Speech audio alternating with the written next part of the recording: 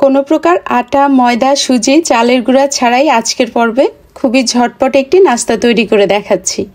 আসসালামু আলাইকুম, স্বাগত কুকিং লাভার্স বিডির নতুন আরও একটি রেসিপি দেখার জন্য।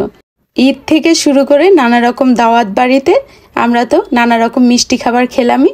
চলুন আজ ঝটপট এরকম মজাদার একটি ঝালঝাল নাস্তা তৈরি করি। রেসিপিটি দেখার পরে আপনারা অনেকেই হয়তো অবাক হয়ে যাবেন, অনেকের কাছেই একেবারেই নতুন। কথা না বাড়িয়ে চলে যাচ্ছে মূল রেসিপিতে। রেসিপি শুরুতে একটি মিক্সিং বলে নিচ্ছি 4টি স্বাভাবিক তাপমাত্রার ডিম। আপনারা যদি অল্প করে করেন তবে ডিম কম করে নেবেন। আধা কাপ পেঁয়াজ কুচি দিলাম, পেঁয়াজগুলোকে ছোট আর কিউব করে কেটে নিয়েছি। লবণ 1 চা চামচের একটু বেশি দিলাম। 3টি সবুজ এবং লাল কাঁচামরিচকে কুচি করে দিয়েছি। ভাজা জিরার গুঁড়া দিয়ে দিলাম 1 চা চামচ। চাট মশলা আধা চা চামচ। কাশ্মীরি মরিচের গুঁড়া দিয়েছি আধা চা চামচ। আর ধনিয়া পাতা কুচি দিয়ে দিলাম 2 থেকে আড়াই টেবিল চামচের মতো। আমি এখানে কাশ্মীরি মরিচের গুঁড়া দিয়েছি, আপনারা চাইলে লাল মরিচের গুঁড়াও দিতে পারবেন। আবার এখানে চাট মশলার পরিবর্তে ম্যাগি স্বাদে ম্যাজিক মশলাও দিতে পারবেন। সব কিছুকে খুব ভালো করে মিশিয়ে নিচ্ছি। ভালো মতো মিশিয়ে নিয়ে দিয়ে দিলাম 1 চা চামচ বেকিং পাউডার। আবারও সব কিছুকে মিশিয়ে নিলাম। আজকে আটা, ময়দা, সুজি, চালের গুঁড়ার পরিবর্তে আমি ব্যবহার করছি লাচ্ছা সেমাই। এই লাচ্ছা সেমাইগুলো আমার ঘরে তৈরি করা। অনেকেই হয়তো এই রেসিপিটা দেখে থাকবেন, আর যারা এখন পর্যন্ত রেসিপিটি দেখেননি তারা চাইলে cooking lovers BD Facebook page এবং ইউটিউব চ্যানেলে দেখে নিতে পারেন। লাচ্ছাটাকে হালকা একটু ভেঙে নিলাম। এখন অনেকেই হয়তো বলবেন লাচ্ছা তো ময়দা দিয়েই তৈরি।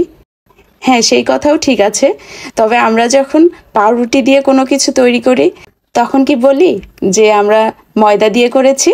যাই হোক, আজকের নাস্তাটা আমি লাচ্ছা সেমাই দিয়ে করছি। সেমাইগুলোকে দিয়ে ভালো করে মিশিয়ে নিলাম। লাচ্ছাটা এমনভাবে দিতে হবে যাতে মিশ্রণটা অনেক বেশি শক্ত হয়ে না যায়। এখানে ডিম এবং বেকিং পাউডারের কারণে এই নাস্তাগুলো অনেকখানি ফুলবে। মেশানোর পরে আমি 5 মিনিটের জন্য রেখে দিয়েছিলাম। 5 মিনিট পরে এরকম 1 টেবিল চামচ করে মিশ্রণ নিয়ে হাতের মধ্যে প্রথমে খুব ভালো করে চেপে গোল করে নিতে হবে। আর নাস্তাগুলোকে কোট করার জন্য আমি এখানে সাদা তিল নিয়েছি। এটা আসলে দেখার সৌন্দর্যের জন্য, অন্য কিছুই না।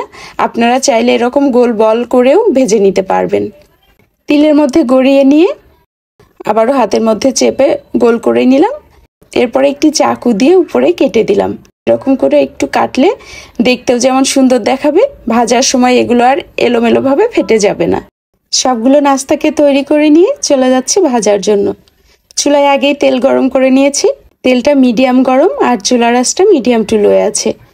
কম গরম তেলের মধ্যে না দিয়ে তেলটাকে মিডিয়াম গরম করে নিয়ে তার মধ্যে নাস্তাগুলোকে দিয়ে মিডিয়াম টু লো হিটে ভেজে নিব। আর একটু সময় পরেই দেখা যাবে বলগুলো এরকম অনেকখানি ফুলে যাবে। চুলার আঁচটা মিডিয়াম টু লো হিটে রেখে উল্টে পাল্টে মচমচে এবং সুন্দর একটা রং আসা পর্যন্ত ভেজে নিব। দেখতে পাচ্ছেন নাস্তাগুলো ভাজা হয়ে গেছে, রংটাও পরিবর্তন হয়ে গেছে। আমি একটি স্ট্রেইনারে উঠিয়ে তেল ঝরিয়ে নিলাম। এবার কিচেন টিস্যুর ওপর রেখে দিলে কিচেন টিস্যু অতিরিক্ত তেলগুলোকে শুষে নিবে। সবগুলো নাস্তাকে ভেজে নিয়ে আমি সার্ভ করে দিয়েছি। একটি ভেঙে দেখাচ্ছি। নামানোর পরপরেই এর উপরের লেয়ারটা একটু মচমচে আর ভিতরটা স্পঞ্জি হয়ে থাকে। লাচ্ছা দিয়ে তৈরি এই নাস্তাটি খেতে কিন্তু বেশ লাগে। তৈরি করে দেখতে পারেন, আশা করছি আপনাদেরও ভালো লাগবে। আজকের পর্বটি যদি ভালো লেগে থাকে অবশ্যই আপনাদের ফ্রেন্ডস ও ফ্যামিলির সঙ্গে শেয়ার করবেন।